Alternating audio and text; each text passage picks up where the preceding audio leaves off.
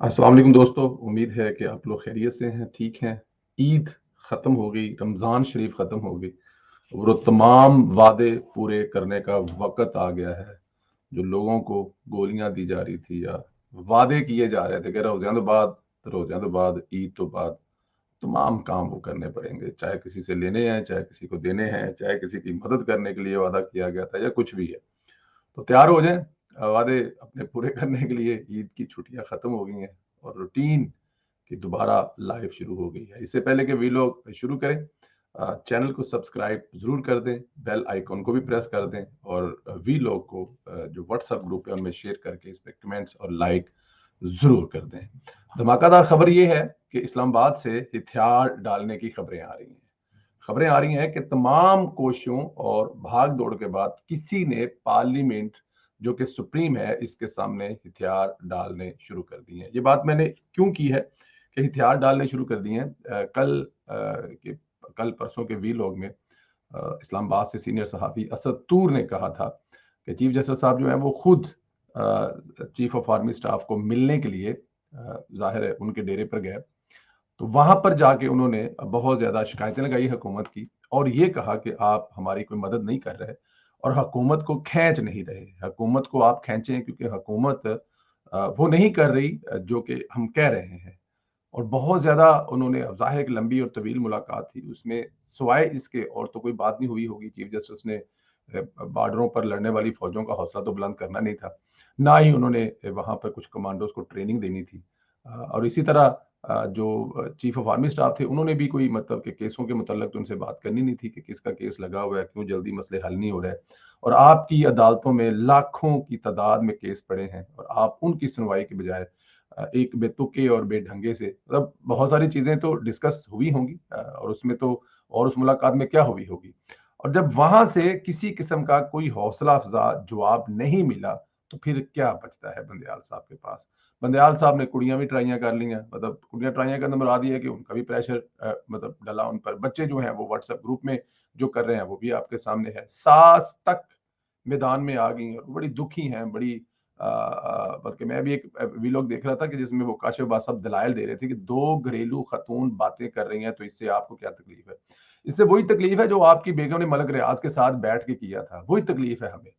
क्योंकि वो भी तो एक मतलब अंदर खाते प्लाट लेकर, और वो जो इंटरव्यू था वो जो आपकी बेगम ने मलक रियाज का किया था काशिफ बासी साहब, उससे किसी को क्या तकलीफ हो सकती है? जाहिर है प्लाट मलक रियाज का जाना वो आपकी बीवी के नाम पर था, तो मुझे उसमें क्या तकलीफ हो सकती है? उसमें तकलीफ ये है कि वो जो दो घरेलू खतून औरतें थी ना जनाब, वो किसी की कमेटी के बारे में बात नहीं कर रही थी कि फलां ने कमेटी डाली और वो भाग गई, या वो ये बात नहीं कर रही थी कि यार भैना हमने तो रोजा खिलवाया, उन्होंने हमें पूछा तक नहीं है, ये बात भी नहीं कर रही थी। अच्छा, वो मोहल्ले की सफाई की बात भी नहीं कर रही थी, वो ये बातें कर रही थी कि चीफ जस्टिस जो है, जो इस वक्त दबंग फैसले दे रहे हैं, वो इलेक्शन नहीं कर पा रहे, उनकी मानी नहीं जा रही। उनके पास जो हक है, जो उनको हक दिया गया है, चीफ जस्टिस को हक नहीं दिया गया, ये सुप्रीम कोर्ट को हक दिया गया, वो उस आने वाले दिनों के फैसले पर असरअंदाज होने वाली गुफ्तगू कर रही थी, दुआएं मांग रही थी, बद्दुआएं दे रही थी, अपने बच्चों को बाप के साथ रहने की तलकीन कर रही थी। और लुबे लुबाब ये था कि किसी तरह से इलेक्शन हो जाए, और अगर इलेक्शन ना हो तो क्या हो जाए? इलेक्शन ना हो तो मुल्क में मार्शला लग जाए काशिफ अब्बासी साहब। और आप कह रही है कि दो घरेलू खातून औरतें बात कर रही हैं, नहीं नहीं नहीं नहीं, उनमें दोनों में से कोई किसी की मोहल्ले की कमेटी लेके नहीं भागी, ठीक है ना जी? ना ही उन्होंने मोहल्ले में किसी के साथ आग मटक्का किया है जिस पर वो डिस्कस कर रही है। वो चीफ जस्टिस जो इस मुल्क की सबसे बड़ी अदालत के सबसे बड़े जज साहब हैं, उनके बारे में गुफ्तगू कर रही थी कि वो कर क्या रहे हैं, उनको करना क्या चाहिए, उनको हर हाल में इलेक्शन करवाने चाहिए, क्योंकि उन सब के मुश्तरका लाडले इमरान खान की इज्जत का सवाल है। तो ये जाती गुफ्तगू नहीं थी, बल्कि गवर्नमेंट ढीली है, इनके खिलाफ मुकदमे दर्ज होने चाहिए और इनको बाकायदा तौर पे अदालतों में रोलना चाहिए। तो फिर काशिफ बासी साहब, हाँ पहले आपकी बीवी को रोला जाता ना, वो प्लाट लेने के चक्कर में और प्लांटेड इंटरव्यू करने के चक्कर में, तो शायद आज इन औरतों के हक में आप भी ना बोलते। बट नहीं हो, बात कहीं से कहीं निकल गई, मैं वापस मौजू की तरफ आता हूं। अच्छा जी, वो हुआ ये है कि इससे पहले मसूफ ने तमाम कोशिशें की, आर्मी चीफ तक से मुलाकात की, उन्हें मनाने की कोशिश की, हुकूमत को रोके, लेकिन वहां से कोरा जवाब मिलने के बाद सियासतदानों को मुज़ाकरात की धमकी दी, लेकिन वहां भी नाकामी हुई, क्योंकि बंदूक के जोर पर सियासतदानों ने लाडले की ख्वाहिश पूरी करने से इनकार कर दिया था। खबर आई है कि चीफ जस्टिस पाकिस्तान उमर अता बंदयाल का बेंच डी लिस्ट कर दिया गया है। चीफ जस्टिस पाकिस्तान के बेंच में जस्टिस जमाल मंदोखेल, जस्टिस अतर मनुल्ला भी शामिल थे। बेंच के सामने समाअत के लिए मुकर्रर तमाम मुकदमात भी डी लिस्ट कर दिए गए। ये बात जो है ना, ये बड़ी मतलब कि मुज़ाहिका खेज है कि जस्टिस साहब बीमार हैं, उनके बेंच तो मतलब बीमार किए गए, लेकिन हेडमास्टर अगर बीमार हो गया तो इसका मतलब ये थोड़ी कि स्कूल ही बंद कर दो। मतलब हेडमास्टर बीमार हो गया, स्कूल बंद कर दो, कोई भी क्लास नहीं होगी, कोई भी टीचर नहीं आएगा, कुछ भी नहीं होगा, ये तो कोई बात नहीं हुई। बेंच के सामने जनाब 12 मुकदमात समाअत के लिए मुकर्रर किए गए थे। सुप्रीम कोर्ट के बेंच नंबर 2 के मुकदमात की फहरिस्त भी मनसूख कर दी गई है। जस्टिस सरदार तारक मसूद और जस्टिस शाहिद वहीद पर मुश्तमिल बेंच की काज लिस्ट भी मनसूख कर दी गई है। जरा चीफ जस्टिस की बेंच खराबी सेहत के बायस जो डी लिस्ट हुआ है, चीफ जस्टिस बुखार, जिस्म दर्द और फ्लू का शिकार है। चीफ जस्टिस गुज़श्ता रोज अपने गांव में थे, सेहतयाब होने पर दोबारा मुकदमात की समाअत करेंगे। पर सवाल ये पैदा होता है कि तबीयत चीफ जस्टिस की खराब है, इनका बेंच डी लिस्ट होना तो समझ में आता है, जैसे तारक मसूद का बेंच ये जो क्यों डी लिस्ट किया गया है। दूसरा सवाल ये भी उठाया जा रहा है कि चीफ जस्टिस इस डर से बीमार हो गए हैं कि आजाद राय रखने वाले जजेस अतर मिनल्ला और मंदोखेल साथ उनके साथ ना बैठना पड़ जाए। ये भी क्या सराइयां हो रही हैं कि ये बीमारी आज के लिए या है या कल के लिए है। कल क्योंकि 27 अप्रैल है, अल्टीमेटम खत्म हो चुका है, सियासतदानों ने मुज़ाकरात नहीं किए, ऊपर से जज इस्लाहात बिल कानून भी बन गया है। मुमकिन है कल की समातों से बचने के लिए ये सब हुआ हो, यानी कल का खतरा टल गया और फिर इसके बाद अब आहिस्ता आहिस्ता मामलात मामूल पर आ जाएंगे। लेकिन अब यहाँ डर बाकी है। नए कानून के तहत जस्टिस तारक मसूद, जस्टिस काजी फैज साहब बेंच बना सकते हैं, आज खुद नोटिस ले सकते हैं। और वैसे भी मेरे ख्याल में कुछ जो ऑडियोज है ना, उनका भी काफी ज्यादा प्रेशर बढ़ चुका है। और फिर दूसरी एक बात और भी है, चीफ जस्टिस साहब ने पाकिस्तान तहरीक इंसाफ को उस मुकाम पर ले गए हैं कि वो अब वापस हटने वाले नहीं है। तहरीक इंसाफ वाले सोचते ये हैं कि कल चीफ जस्टिस साहब आएंगे, बैठेंगे, सुलह सफाई हुई नहीं हुई, मुज़ाकरात हुए नहीं हुए, अच्छा जी मेरा हुक्म नहीं माना गया, नहीं माना गया, हुकूमत को घर भेजता हूं। पाकिस्तान तहरीक इंसाफ कल कुछ इस तरह के फैसले की उम्मीद कर रहे हैं, या कम अज कम पूरी हुकूमत घर नहीं जाती तो कम अज कम शहबाज शरीफ को घर भेजने की जो है ना, वो मैं मतलब शहबाज शरीफ साहब को मैं घर भेजता हूँ, ये वो सोच के बैठे हुए हैं तहरीक इंसाफ वाले। और चीफ जस्टिस साहब जो है वो बुखार, नजला, जुकाम और खांसी को लेके लम्बे पे आ गए हैं, तो जाहिर है यहाँ पर काफी ज्यादा मुश्किल जो है वो होगी तहरीक इंसाफ के वर्करों की चीफ जस्टिस को माफ करने की। ऑडियो लीक का भी ज़ाहिर है, आपको पता है ज़हनी दबाव बहुत ज़्यादा बढ़ा हुआ है। मजीद 2 कार्रवाइयां डाली गई हैं। एक तो जजेस इस्लाहात कानून के खिलाफ एक और दरखास्त फाइल कराई गई है।